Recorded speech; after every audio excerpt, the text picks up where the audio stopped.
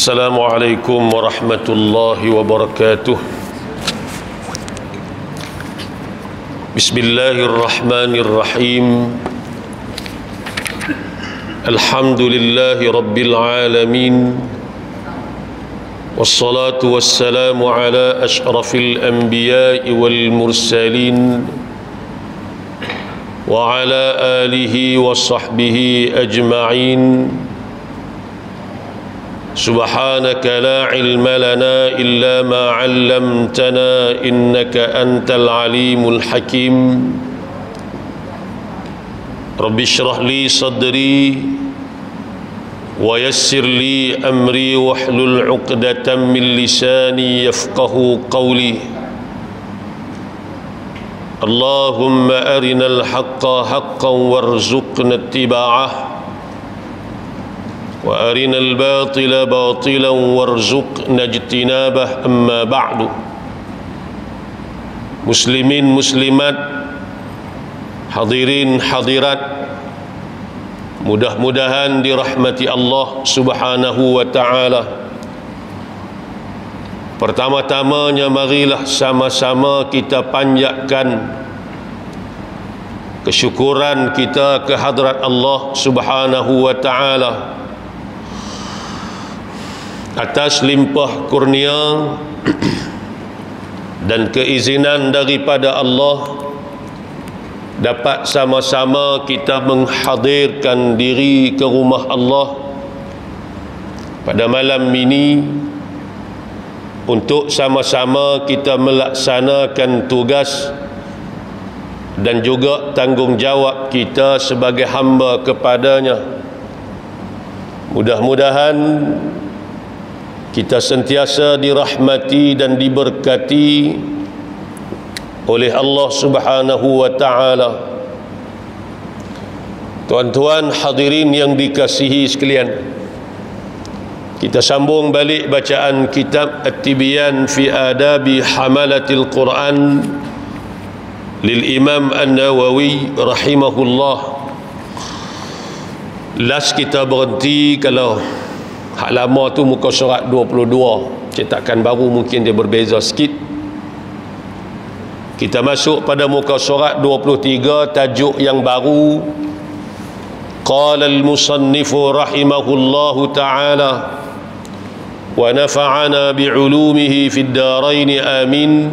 Bab kedua kata dia, kelebihan membaca dan pembaca Al-Quran. Kelebihan membaca Quran dan kelebihan untuk orang yang menjadi pembaca kepada Al-Quran. Situ telah sabit makna apa? Datang riwayat, tetap sabit makna ada riwayat. Telah datang riwayat daripada Ibni Mas'ud Al-Ansari Al-Badri radhiyallahu anhu bahawa Rasulullah sallallahu alaihi wasallam bersabda, ya ummul qaumah, dia tak ada baris, buah baris, ya ummul qauma aqra'uhum li kitabillahi ta'ala. Artinya, orang-orang Islam hendaklah diimamkan oleh orang yang paling banyak membaca Al-Quran. Riwayat Muslim. Menjadi imam kepada sesuatu kaum, aqra'uhum, yang paling qari' di kalangan mereka bagi kitab Allah, yakni kitab Al-Quranul Karim. Di sini bila kita rujuk dalam syarah hadis, ulama ada beberapa pandangan pada mensyarahkan hadis ini. Maka pada kedudukan kita nak menjadi imam kepada sesuatu kaum itu, siapakah orang yang paling layak? Kata ulama di antaranya 5. Al-aqra'u li kitabillah, yang paling qari bagi kitab Allah, yakni bagi Al-Quran. Kemudian summal a'lamu bis sunnah, orang yang paling alim, paling reti tentang sunnah, hadis Nabi. Summal asbaqu ilal hijrah, kemudian orang yang paling awal berhijrah. Summal asbaqu ilal Islam, kemudian orang yang paling awal memeluk Islam. Summal akbaru sinnan, kemudian orang yang paling tua. Baik. Al-aqra'u li kitabillah, apa yang dimaksudkan dengan orang yang paling qari bagi kitab Allah ni apa dia? Maka ulama kata di antaranya dia mencakupi 2 makna. Wal aqra'u yashmalu ma'nayain, yang kata yang paling qari ini, yang paling qari, apa makna dia? Mencakupi 2 makna. Yang pertama apa dia? Al-aktsaru Qur'anan, yang paling banyak baca Quran, yang paling banyak hafal Quran, yang paling banyak mengaji Quran. Maka orang itu diletakkan pada kedudukan yang pertama. Banyaklah dalil-dalil yang dia bawa menjelaskan tentang maksud yang pertama, aqra'uhum li kitabillah, yakni orang yang paling banyak sama ada mengambil Quran, membaca Quran, menghafaz Quran, orang tu yang patut kita dahulukan. Yang kedua kata ulama, wa aqra'uhum ay ahsanuhum qira'atan. Nak tolak siapa nak jadi tu imam? Orang yang paling baik bacaannya di kalangan kita. Maknanya paling, dalam riwayat Bukhari daripada Ibnu Abbas, bagaimana kata Sayyidina Umar, Ubay aqra'una, Ubay bin Ka'ab adalah orang yang paling qari di kalangan kita, yakni paling baik bacaannya. Ai ahsanuna qira'atan, di kalangan sahabat-sahabat Nabi ini, di antara orang yang paling cantik, lendik bahasa kita lah bacaannya, segala hukum hakamnya, tajwidnya dan sebagainya. Siapa dia paling kemah sekali? Kata Umar ibn al-Khattab, Ubay bin Ka'ab, dia di antara tokoh besar dalam bidang Quran ni. Maka kata ulama, itu di antara ciri-ciri yang sebagaimana disebut dalam hadis ni, bila kita nak tolak naik jadi imam di depan ni, tak dapat tidak lah, nak kena tengok kebolehan tu. Yang pertama tengok dari segi mengaji Quran dia lagu mana. Yang keduanya dari segi bacaannya. Yalah, kita orang Melayu nak boleh suratul Fatihah macam Arab memang tak boleh. Tapi biarlah bacaan kita tu lepas, mana tak berlaku kesalahan-kesalahan yang berat. Apa dia kesalahan berat? Kita mengaji Quran ni, ulama bahagi 2 kategori kesalahan. Dalam kita duk baca Quran ni ada 2 jenis kesalahan. Satu kesalahan dia panggil kesalahan jali. Kesalahan jali ni nyata, terang. Kesalahan ni berat. Kesalahan ni bukan saja orang ahli pakar tajwid yang boleh tahu. Bahkan orang awam yang tak mengaji mana pun dia tahu kata salah. Itu berat lah tu. Kalau orang yang tak mengaji sangat pun dia tahu kata salah tu tak betul. Itu makna kesalahan tu berat. Yang keduanya kesalahan yang ulama letak, kesalahan tu khafi, tersembunyi. Kesalahan tu hanya dikesan, boleh dicam oleh orang yang pakar tajwid, hak mengaji. Hak kita hak tak mengaji ni kita tak perasan pun kata salah. Baik, contoh kesalahan berat jali ni apa dia? Tukar baris. Ar-Rahmani dia baca Ar-Rahmanur Rahim.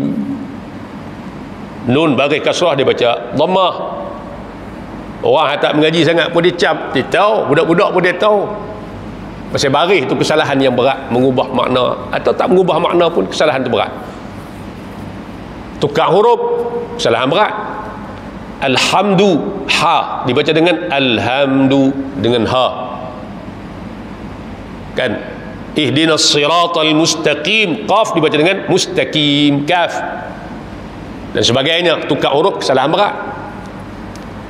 Tempat tak ada mat, tambah mat. Iyyaka na'budu wa iyyaka na'budu wa iyya, dia baca kena iyyaka na'budu wa iyya. Na'budu, du tu 2 harakat, tambah mat tu tambah huruf, salah berat tu. Ataupun dia letak syaddah pada tempat yang tak ada syaddah. Iyyaka na'budu wa iyyaka na'budu wa iyya, dia baca kena iyyaka na'budu wa iyya. Na'budu wa iyya, syaddah pada waw. Bila syaddah automatik tambah huruf, kesalahan berat. Maka kesalahan ni tiada maaf bagimu. Nak belajar begitu, nak naik jadi tu imam memang tak lepas. Nah, ketua banyak lagi lah tu, contoh-contoh lah dalam mengaji. Kedua, kesalahan tu khafi, kesalahan tu ringan. Contoh qadar mat lazim kalimi musaqqal, kita mengaji 6 harakat, tiba-tiba tu imam baca tak sampai 6 pun, mungkin 5 waladdallin, tak sampai 6, 5 harakat aja, maka dia kesalahan juga pada sudut tajwidnya. Tapi kesalahan tu dianggap ringan kerana tidak menjejaskan solat kita tadi ni. Dan kesalahan tu tak dikesan, tak boleh diperasan oleh orang awam. Kita mengaji tajwid, kita lepas sembahyang kita bersembang, kawan kita kata tu imam tadi baca mat lazim tak cukup 6 harakat. Kawan kita dia tak mengaji, dia kata tak cukup ke? Aku dengar sopa, dia kata aku dengar okey dah. Dia dengar okey lah pasal dia tak mengaji.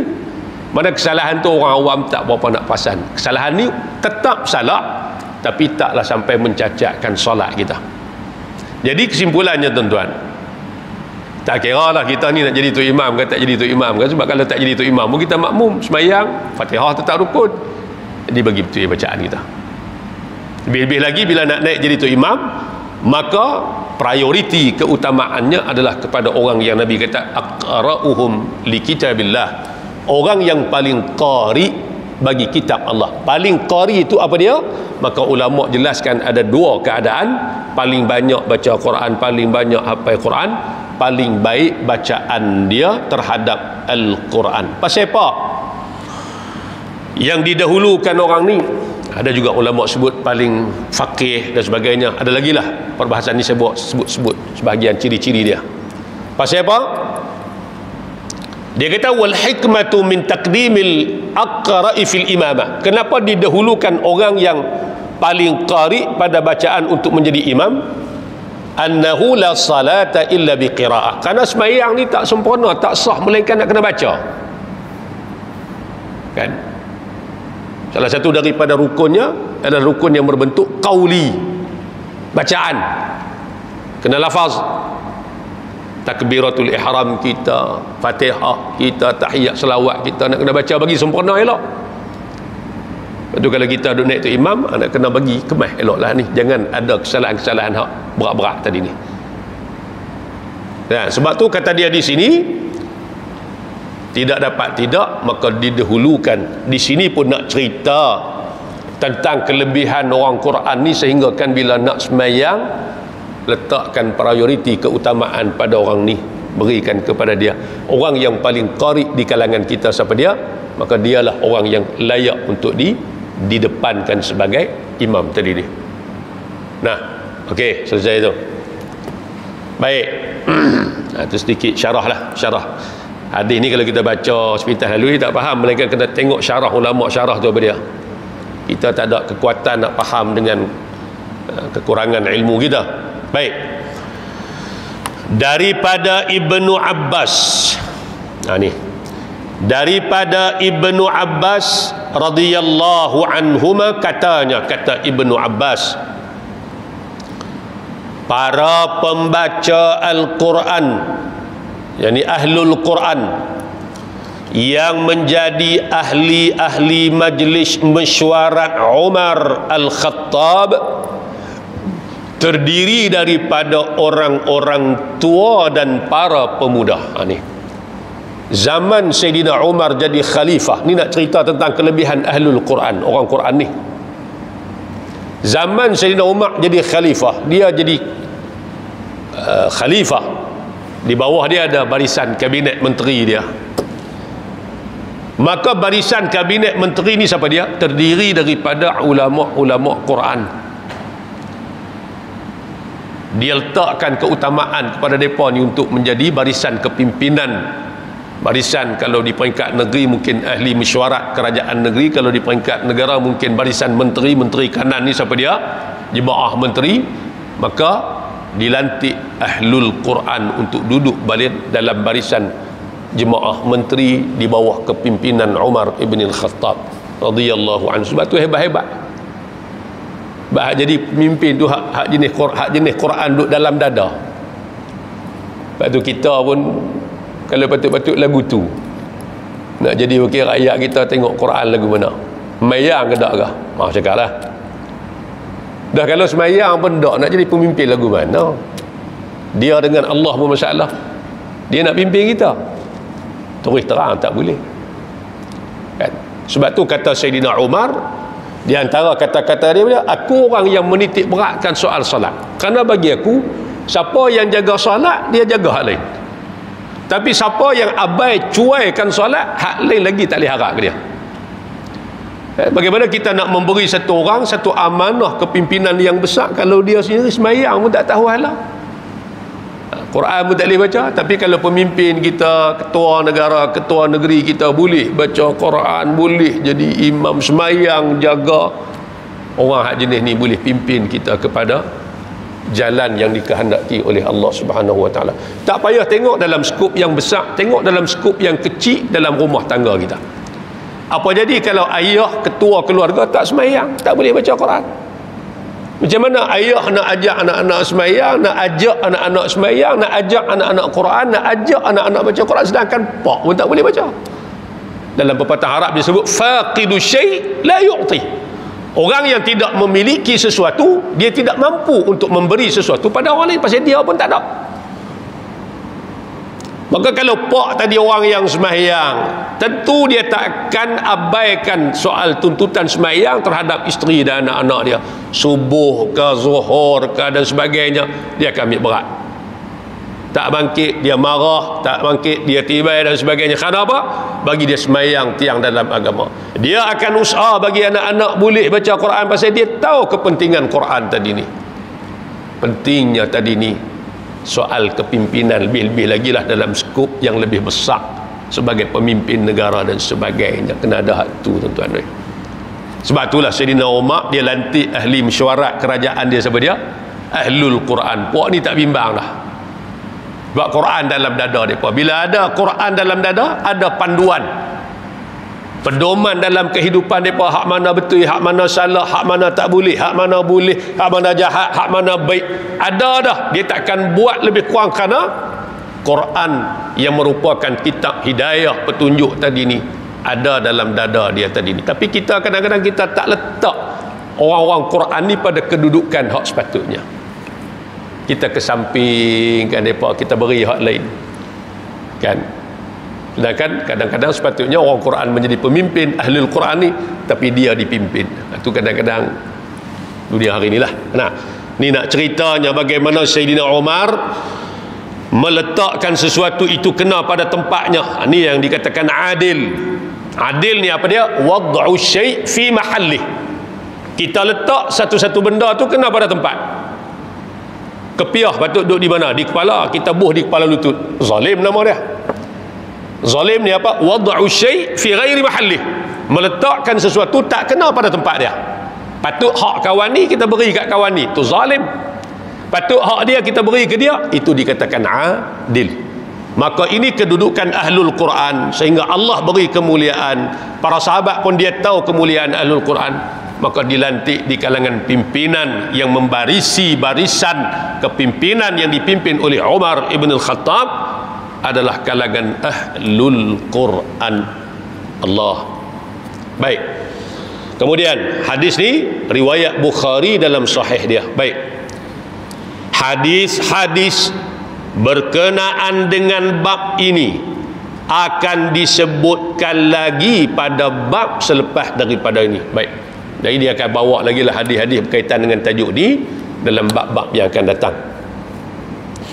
Ketahuilah bahawa pendapat yang sahih lagi terpilih dan mu'tamad, mu'tamad makna yang dipegang, Pandangan yang paling sahih, yang paling terpilih, yang menjadi pegangan di kalangan ulama ialah membaca Al-Quran adalah lebih afdal. Apa makna lebih afdal? Afdal di mana aktsaru thawaban, lebih banyak pahala.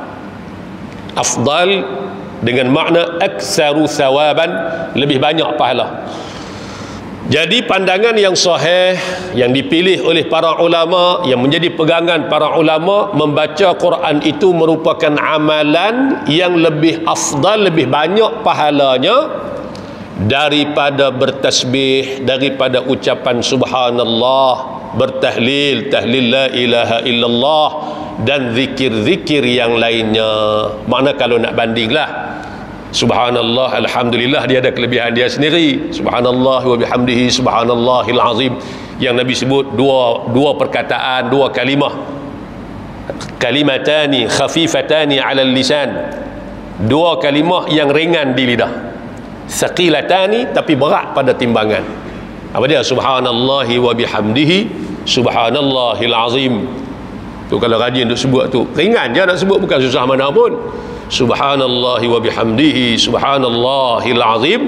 Tapi bila ditimbang di neraca Allah, berat, makna besar ganjaran dia. Jadi amalan-amalan zikir-zikir ni dia ada kelebihan masing-masing lah. Bukan nak suruh tinggal lain baca Quran, tak, bacalah pas sembahyang dan sebagainya. Cuma kalau nak bandingkan di antara zikir-zikir yang lain, subhanallah, alhamdulillah, la ilaha illallah, dengan baca Quran, mana pahala lebih besar, maka pandangan muktamad di sisi ulama, baca Quran ni pahala lebih besar. Jadi kalau kita duk gelut zikir hak lain saja, tinggal Quran rugi tak? Rugilah. Sedangkan Quran ni sumber pendapatan pahala kita hak paling besar. Yang Nabi sebut pahala dikira per huruf. Man qara'a harfan min kitabillah falahu hasanah. Siapa baca satu huruf daripada kitab Allah, maka baginya satu kebajikan. Wal hasanatu bi asyri amsalha. Satu kebajikan Allah gandakan 10 balasan. Mana satu kebajikan digandakan 10 balasan pahala kebaikan tadi ni, Allah ganda 10. La aqulu alif lam mim harfun. Nabi kata, aku tak kata alif lam mim tu satu huruf. Alif lam mim bukan kira satu tu, tapi alif satu, lam satu, mim satu. Bila kita baca alif lam mim, 3 huruf, kita baca 3 kebajikan, 30 dah pahala di situ. Satu muka surat la ni, mushaf yang ada pada kita la ni lah. Boleh kata kebanyakan kita la ni mushaf, la ni hak yang sememangnya sama. Dia ada 15 baris setiap muka surat. Daripada buat satu, apa orang kata apa, satu standard ragam. Satu baris average lah, kita kata lebih kurang dalam 70 ke 80 huruf. Kita kata 80 lah. Ada yang kurang dan lebih lah, tengok saiz font dia. Kadang-kadang ada muka surat, kalau ayat dia panjang, saiz font dia kecil sikit, kadang saiz besar sikit. 80 kita darab dengan 15 baris, makna lebih kurang 1200 huruf satu muka surat, lebih kurang lah. 1200 huruf yang kita baca mungkin tak sampai 15 minit. Kalau hak lancak, lagi laju, lagi cepat lah. Dalam masa 15 minit kita baca, dibayar pahala 12,000. Yang kita tak boleh tengok lah nilai pahala, tapi di akhirat tu lah kita nak pakai. Tapi kalau lah orang kata baca satu muka surat, aku bagi 12,000 ringgit kan, besar tak? Besar tuan-tuan. Kerja yang kita buat tak sampai 10 minit, bayar dengan jumlah 2,000 ringgit upah satu kerja yang Allah. Tapi Allah tak janji, Nabi tak janjilah duit tu pasal tak laku di akhirat tu. Duit lah pun kau tak laku dah, kau duk jatuh. Tapi apa yang Allah janji pahala, pasal hatu kita nak makan di akhirat. Tapi kalau kita tak gelut ambil hatu, rugilah. Ramadan baru ni cantik dah, dengan kumpulan tadarusnya. Lepas tarawih pun orang tunggu, lepas masjid, lepas subuh sat lagi pun ada grup lain buat tadarus. Cuma janganlah berhenti. Masuk-masuk satu Syawal terkejut, raya besok berhenti Quran pun baca, terkejut dengan ayat tu ya. Tutup Quran, bungkus elok tak atas lemari, nak gagal ambil pun tak boleh. Bila pula nak buka Quran? Ramadan 1444 pula tu dia bila nak lancak Quran kita. Teruskan. Sebab tu bila kita khatam Quran, Kita khatam Quran minal jinnati wan nas, ayat yang terakhir dalam surah An-Nas. Kita tak doa lagi, kita baca Fatihah pula, bismillahirrahmanirrahim sampai habis Fatihah. Kita baca pula alif lam mim, 5 ayat pertama sampai wa ulaika humul muflihun, baru kita doa dengan doa khatam Quran. Pasal apa tadi minal jinnati wan nas kita tak baca doa tu? Kita baca Fatihah, kita baca alif, nak abad kat kita tak sah ni, kita habis baca khatam tak sah ni juga, kita baru mula pusingan yang baru untuk kita teruskan bacaan sampai bila? Sampailah kita mati, tak ada stop baca Quran. Tu simbolik kepada kita nak abad kata baru habis tak sah ni je, pusing balik dah, pusingan baru baca pula, habis tak lagi pusing pula balik sampai bila? Sampai mati. Sebab itulah ulama muktamad dia kata apa? Amal yang paling besar pahala berbanding zikir-zikir yang lain adalah baca Quran. Maka rugilah kita kalau kita tinggal sumber pendapatan pahala hak paling besar ni, walaupun kita buat amal-amal lain, tapi rugi sangat tinggal hak paling besar pahala yang Allah berikan pada kita ni. Baik, kemudian kata dia, terlalu banyak dalil-dalil yang membuktikannya, wallahu alam, kata dia. Jadi banyaklah dalil-dalil yang menunjukkan atas baca Quran itu lebih afdal berbanding zikir-zikir yang lain. Bab yang ketiga ni, memuliakan ahlul Quran dan tegahan menyakiti mereka. Bab yang ketiga ni dia nak cerita kat kita, disuruh kita memuliakan, menghormati ahlul Quran. Sebab dia ahlul Quran ni anak-anak kita hak baca Quran, hak hafal Quran, hak mengaji Quran, hak mengajak Quran, tok guru Quran kita, orang yang hafal Quran, orang yang beramal dengan Quran ni di kalangan ahlul Quran. Disuruh kita memuliakan mereka dan tegahan menyakiti mereka. Jangan kita menzalimi, menyakiti, menganiaya mereka. Kerana mereka ni di antara golongan yang disebut sebagai ahlullahi wa khassatuh. Ahlullah makna ahli keluarga Allah. Bukan nak abang kata Allah ada keluarga dah, tapi nak abang dekatnya dengan Allah mereka ni. Wa khassatuh makna golongan yang VVIP di sisi Allah. Jadi bila kita menyakiti mereka, maka kita takkan terlepas daripada balasan Allah Subhanahu wa taala pasal kita menyakiti orang yang penting di sisi Allah, orang yang dekat dengan Allah. Tapi kalau kita muliakan mereka, kita akan dapat tempiah kemuliaan yang Allah berikan kepada mereka ni. Itu yang katakan ahlul Quran ni. Batu mulia. Batu kita pun bagi duduk dalam kalangan ni, tak hafal Quran pun bagi duduk dalam kalangan orang duduk mengaji Quran, tak berhenti sampai mati. Kalau boleh mengajak, boleh hafal, paling-paling tak ada pun hafal, tak boleh mengajak, tak boleh mengaji, maka duduk dalam proses mengaji Quran ni juga digelar sebagai ahlul Quran sampai kita mati. Baik, Allah Subhanahu wa taala berfirman surah Al-Hajj ayat 32, وَمَنْ يُعَظِّمْ شَعَائِرَ اللَّهِ فَإِنَّهَا مِنْ تَقْوَى الْقُلُوبِ. Dan sesiapa yang menghormati syiar-syiar, syiar makna lambang agama Allah, maka dialah orang yang bertakwa, kerana sesungguhnya perbuatan itu adalah satu kesan daripada sifat-sifat takwa hati orang mukmin.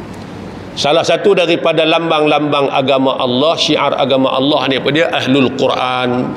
Al-Quran, ahlul Quran, bacaan Quran.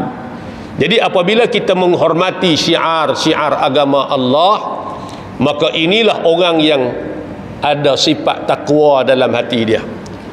Kerana menghormati syiar lambang agama Allah ni, nak menghormati itu kena ada sifat takwa. Jadi orang yang menghormati, memuliakan syiar agama Allah, maka terbukti dia daripada kalangan manusia yang bertakwa pada Allah.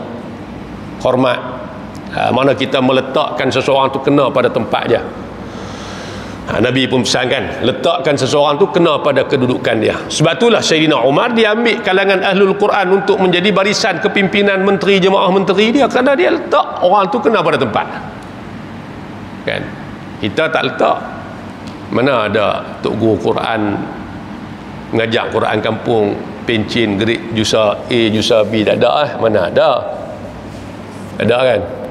Setahun sekali lah kerajaan ingat bagi juga sikit sagu hati dan sebagainya. Tu yang kadang-kadang tak ada apa langsung pun, bukan ada gaji bulanan pun, tapi dialah manusia yang besar jasa mengajak anak-anak kampung sampai boleh baca Quran. Tu cikgu-cikgu, ustazah-ustazah, ustaz duk mengajak di kafar tu mengajar Quran, bukan dia gaji besar pun kan. Kadang-kadang kita meletakkan sesuatu tak kena pada tempat dia kan. Orang hak mulia di sisi Allah, tapi kita tak muliakan dia kan. Patut-patut inilah di antara bendanya, di antara tanda-tanda sifat takwa seseorang itu apa dia? Dia memuliakan syiar agama Allah. Syiar ni banyaklah. Itu satu. Firmannya lagi, firman Allah, wa man yu'azzim hurumatillahi fahuwa khairul lahu 'inda rabbih. Artinya, dan sesiapa yang menghormati hukum-hukum Allah, perintah-perintah Allah, maka yang demikian adalah menjadi kebajikan baginya di sisi Tuhannya. Siapa jaga hukum Allah, hak Allah suruh dia buat, hak Allah larang dia tinggal, maka kebaikan itu untuk siapa? Untuk dia sendiri di sisi Allah Subhanahu wa ta'ala. Kita duk semayang, duk puasa, zakat, sedekah dan sebagainya untuk siapa kata? Untuk kita makan lepas daripada mati kita.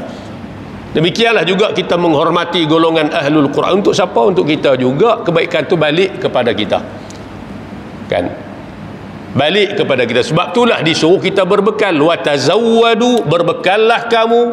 Fa inna khairaz zadi taqwa, sebaik-baik bekal ni takwa. Buat hak Allah suruh, tinggal hak Allah larang. Maka itulah sebaik-baik bekalan kita. Di antara benda hak Allah suruh apa dia? Memuliakan syiar agama dia. Di antaranya apa dia?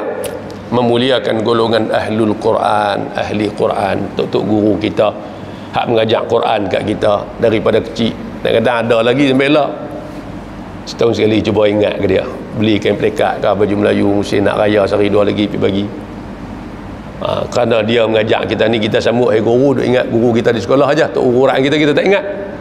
Tak apalah, ingatlah guru di sekolah tu sekolah lah. Dia duk mengajak Quran kat kita sampai boleh baca Quran ni. Daripada takti apa satu duk kena tibai dengan dia sampai boleh baca Quran. Sambut guru, patut mau ingat juga ke dia.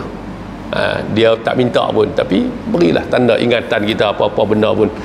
Tanda ada juga anak-anak murid aku yang menghargai jasa-jasa aku. Besar hati dia. Firmannya lagi, firman Allah, walladzina yu'dzuna almu'minina walmu'minati bighairi maktasabu faqad ihtamalu buhtanan wa ithman mubina. Surah Al-Ahzab ayat 58. Artinya, dan orang-orang yang menyakiti lelaki-lelaki beriman dan perempuan-perempuan beriman tanpa kesalahan yang mereka perbuat, maka sesungguhnya mereka memikul kesalahan menuduh dan membuat dosa yang amat nyata. Kalau kita menyakiti orang-orang beriman, sama ada laki-laki atau perempuan, menyakiti tadi sama ada dengan lidah kita melalui fitnah kita, tuhmaan kita, mengumpat kita, atau dengan perbuatan, maka sesungguhnya dia telah memikul kesalahan menuduh dan membuat dosa yang amat nyata. Apatah lagi kalaulah menyakiti itu kepada orang-orang yang Ahlul Quran, orang-orang yang dekat dengan Allah, abid, rajin buat ibadat, rajin baca Quran. Kalau kita buat zalim ke dia, tuan-tuan, kita tak selamat. Jangan buat zalim kat siapa pun tak boleh. Allah kata, inni haramtu zulma ala nafsi, aku haramkan kezaliman atas diriku, maka aku jadikan kezaliman tu haram. Sesama kamu tak boleh zalim menzalimi sama-sama kita. Lebih-lebih lagi kalau kezaliman itu kepada orang yang dekat dengan Allah. Di antaranya siapa dia? Ahlul Quran. Tajuk yang kita bercakap ni lah. Anak-anak kita hafal Quran, jangan nak buat lebih kurang ke dia. Mereka tu 24 jam sehari semalam, kadang-kadang tengok pakai berlemuh aja, jubah putih kadang berlemuh, tak ada basuh kan, tapi baca Quran malam, mengapai, bangkit tidur mengapai. Kalau kita duk buat lebih kurang ke dia, duk sekeh kepala dia, kita tak selamat kita. Jangan. Mereka orang dekat dengan Allah, betul-betul salam, cium tangan mereka. Ada duit lebih huluk, beri makan, jaga mereka, kerana mereka ni orang hak mulia di sisi Allah. Anak-anak kita tu Kadang-kadang hak tak sampai umur akil balik lagi, tampak lepas dia tak ada dosa, mengapai Quran pula. Masak tuan-tuan, oi, muliakan mereka. Sebab tu saya sebut di mana-mana pun, kita kadang-kadang anak-anak kita tak ada hafal Quran. Kita dulu pun pak hantar pergi mengaji Quran, mengapai Quran, kita lari ikut pintu belakang dululah. Mari anak kita pun kita duk kerah nak suruh mengapai Quran pun dia pun tak maulah. Tapi kita ni duk teringin sangat kalau boleh ada jugalah kaitan dengan kita orang mengapai Quran ni. Tak apalah, tuan-tuan pergi cari mana-mana tahfiz dan sebagainya yang ada perlukan bantuan anak yatim, tanya pihak pengurusan sekolah. Ada budak-budak sini yang boleh saya tajam yuran dia sebulan 200, 300. Daripada dia masuk mengapai daripada juzuk pertama sampai 30, yuran dia kita bayar, dengan sebab kita bayar dia boleh mengaji, boleh makan, boleh duduk asrama, habis 30 juzuk dia mengapai. Hak tu pun tak sangka dah besar pahala Allah beri kat kita, pasal kita tolong dia, mudahkan dia sampai dia boleh hafal Quran 30 juzuk. Jadikan dia anak angkat kita. Esok takkan di akhirat dia lupa kita dah. Dia akan cari kita, pak angkat dia dulu, hak tolong dia di dunia dulu ni, kerana dialah aku boleh menghafal Quran sampai habis 30 juzuk. Subhanallah. Tu di antara kalau nak lah, mau kan tak mau. Kalau mau dia cari, ada sahabat-sahabat kita buat lagu tu. Nah. Baik, sekali lagi. Hadis yang diriwayatkan oleh Abu Mas'ud Al-Ansari dan hadis Ibnu Abbas yang telah disebutkan dalam bab 2 ini daripada Abu Musa Al-Ash'ari radhiyallahu anhu, Rasulullah sallallahu alaihi wasallam bersabda, inna min ijlalillahi ta'ala ikrama dhis syaibatil muslim wa hamilil qur'ani ghairil ghali fihi wal jafi anhu wa ikrama dhis sultanil muqsit, atau kama qala. Artinya, sesungguhnya di antara cara untuk membesar, memuliakan Allah ialah dengan kita memuliakan seorang muslim yang beruban, yang sudah beruban, yakni orang tua di kalangan kita. Memuliakan pembawa Al-Quran yang tidak melampau dan tidak juga berpaling daripadanya, dan memuliakan pemerintah yang adil. Baik, di antara cara untuk kita memuliakan Allah, mengagungkan Allah, ialah dengan kita memuliakan satu, yang pertamanya orang tua di kalangan kita. Kita mulia, hormatkan dia dengan kedudukan umurnya lebih tua daripada kita.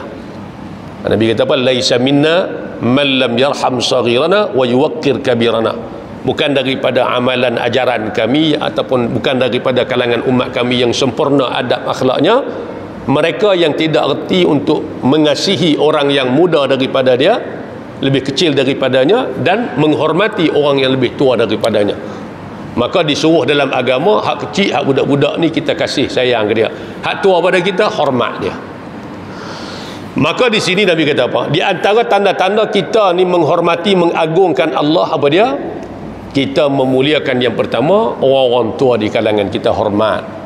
Panggilan kita, cara bersembang kita, cara melawak kita, walaupun kawan, tapi kerana dia berumur lebih pada kita, hormat dia sebagai orang yang lebih tua daripada kita. Kadang-kadang kawan kita hari-hari hidup kawan melawak, tapi oleh kerana umurnya, usianya lebih daripada kita, maka disuruh kita menghormati dia. Itu yang pertama.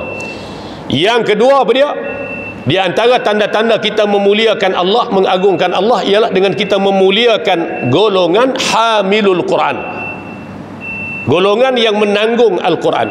Menanggung Quran ni apa dia? Membawa Quran. Membawa Quran ni siapa dia? Orang yang mengaji Quran, orang yang mengapai Quran, orang yang mengajak Quran, itu dipanggil hamilul Quran. Sama ada dia nak murid duk mengaji Quran, rajin, tak mana pi tok guru Quran mengajak dia pi, ataupun dia duk mengajak Quran ke orang, kat masyarakat, hormat dia.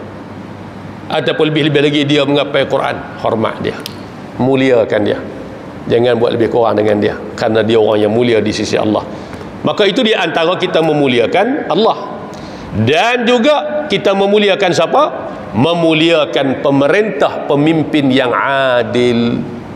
Kalau di kalangan kita ada pemimpin yang adil, kita muliakan dia, kita hormat dia, kita taat kepada dia, kita ikut perintah dia. Maka itu di antara tanda-tanda kita mengagungkan dan memuliakan Allah Subhanahu wa ta'ala. Disuruh kita tadi ni kan, memuliakan orang tua di kalangan kita, memuliakan golongan hamilul Quran, dan juga memuliakan pemimpin yang adil.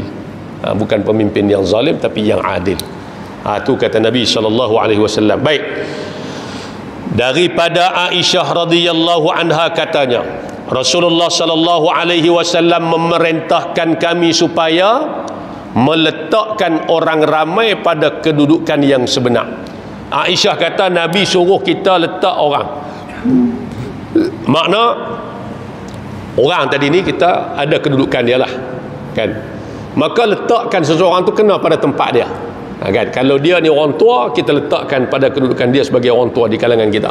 Kalau dia ni budak-budak, kita letakkan kedudukan cara bersembang kita, memuliakan dia cara sesuai dengan kedudukan dia. Kalau dia orang yang ada pangkat di kalangan kita, mungkin title, gelaran dan sebagainya, kita panggil dengan gelaran dia. Walaupun kadang-kadang dia tak payah dah, datuk-datuk apanya, tapi tak apalah, sebab kita nak meletak, meraihkan kan penghormatan, pengiktirafan yang orang beri kepada dia, kita panggil dengan gelaran tadi ni. Maka ini disuruh dalam agama, kita meletakkan seseorang itu kena pada tempat, pada kedudukan dia. Memang agama suruh pada kita. Dan kata Aisyah radhiyallahu anha, Nabi perintah kepada kami letakkan seseorang itu kena pada kedudukan dia. Dan daripada Jabir bin Abdullah bahawa Rasulullah sallallahu alaihi wasallam mengumpulkan dua lelaki yang terbunuh dalam peperangan Uhud. Kemudian baginda bertanya, manakah lelaki yang lebih banyak mengambil Al-Quran? Jika ditunjukkan kepada baginda salah seorang daripada keduanya, maka baginda akan mendahulukannya ke dalam liang lahat. Riwayat Bukhari.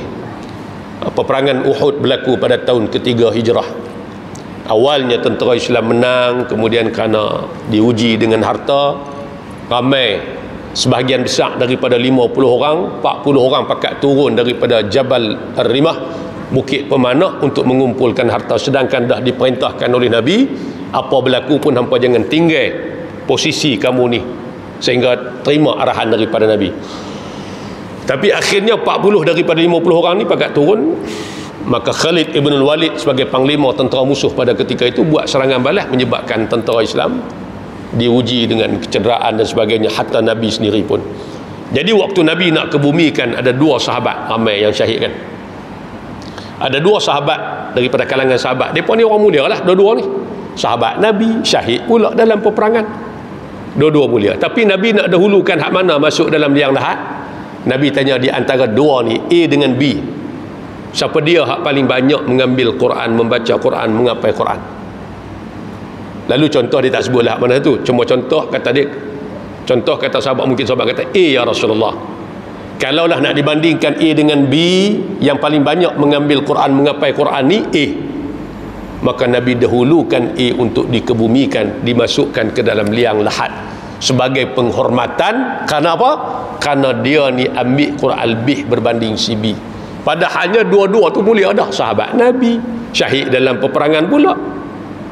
Tapi nak tunjukkan lagi kepada kita bahawasanya bagaimana orang yang mengapai Quran, mengambil Quran lebih banyak ni, maka dia dimuliakan oleh Allah. Hatta nak kebumikan dalam ketika lepas pada mati pun, Nabi dahulukan dia. Nak isyarat pada kita tu, suruh kita ni bagi duduk dalam kalangan ni. Anak-anak kita tuan-tuan, beri Quran lah. Tuan-tuan duduk dalam kahwin ni pun kelas mengaji banyak, nak dengan tak mau je. Tapi kadang-kadang kelas mengaji Quran tu lagu tu lah orang loi. Kelarak dia boleh tiak kita pun. Dia main mengaji pun dia tak mengaji sungguh-sungguh.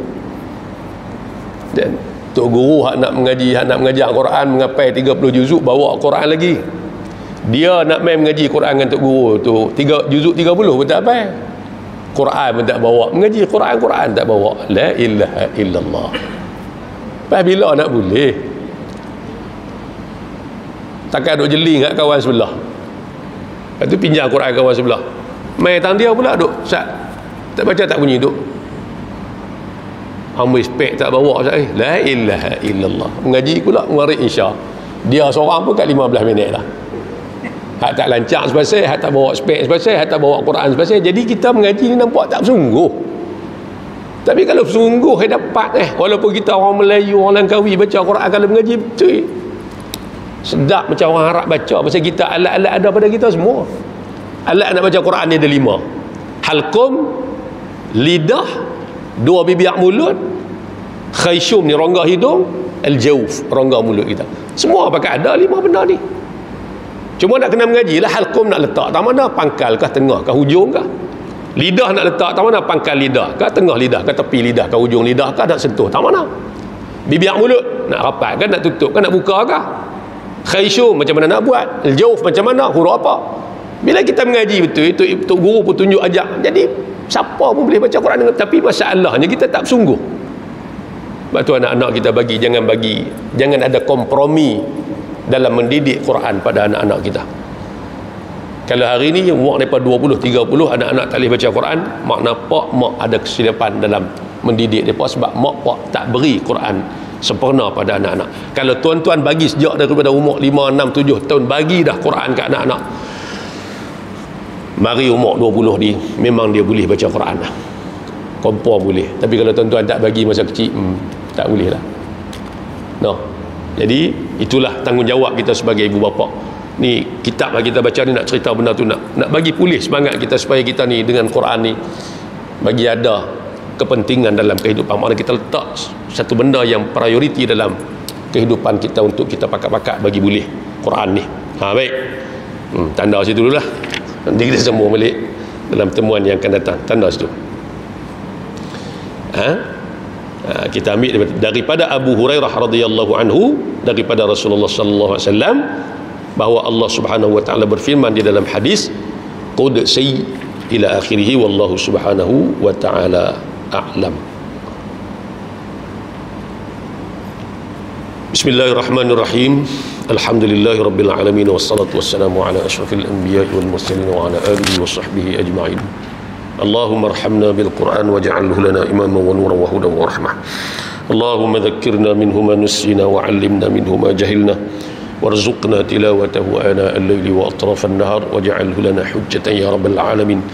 Allahumma inna na'udzu bika min 'ilmin la yanfa' wa min qalbin la yakhsha' wa min 'amalin la yurfa' wa min du'a'in la yusma'. Na'udzu bika min ha'ula'il arba'. Rabbana atina fid dunya hasanatan wa fil akhirati hasanatan wa qina 'adzaban nar. Wa sallallahu ala sayyidina Muhammad wa ala alihi wa sahbihi wa baraka wa sallam. Walhamdulillahi rabbil alamin. Taqabbalallahu minkum.